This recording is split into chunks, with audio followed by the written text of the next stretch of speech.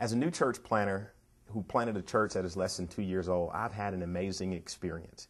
And that is the opportunity to launch 2 worship experiences within 1 year. When I reflect on that first launch, I did a lot of the work myself, and I regret doing that because I really wasn't skilled in all of the aspects of that new launch for that first service. So when we launched our second experience, we did something different. We brought in someone from our volunteer team who was experienced in project management and administration, and we gave this person the title of launch coordinator. And we sat down with this person and we devised a launch checklist.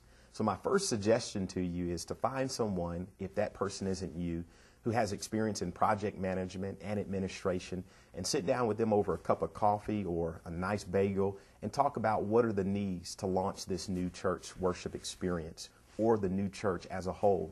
Some of those things that may be included on that checklist are: who are the contacts in your target community that you need to be talking to? Local business owners, local teachers, local principals, people who are in the civic community or politicians, folks that you need to give a heads up on that you're coming to the community. You also need to talk to folks within your denomination, the people who are on the hierarchy list that you report to, who need to be informed about the progress of your new church plant. That's part of your checklist. Also, take fundraising very seriously. On your checklist, you may have a list of people who you feel can support your area or your efforts. There are also a list of potential volunteers and potential staff. List those individuals out along with their roles and their assignments on your checklist. You may also want to consider what are the worship service resources that are needed. Ordering offering plates or offering envelopes or different signage that is needed for the worship area. There are also music considerations. Who's going to be in your band? Who are going to be your vocalists? And also, if you're going to display graphics, what license do you need to be able to display those graphics and those lyrics to those songs?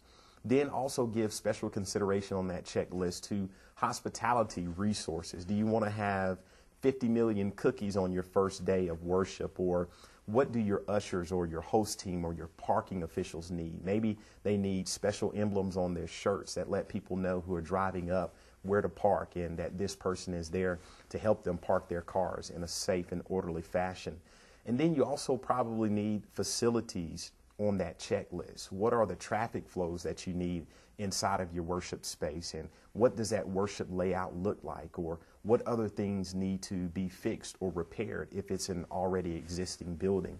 So all of these things go onto your launch checklist. But don't forget this very vital and important thing that needs to go on that checklist along with all of the material items. This is what relates directly to you, and that is, remember to prepare to preach, because after all of the material items are bought for the worship experience, you still have to be ready to give the folks a word of hope and inspiration from the Word of God. Hope this helps out.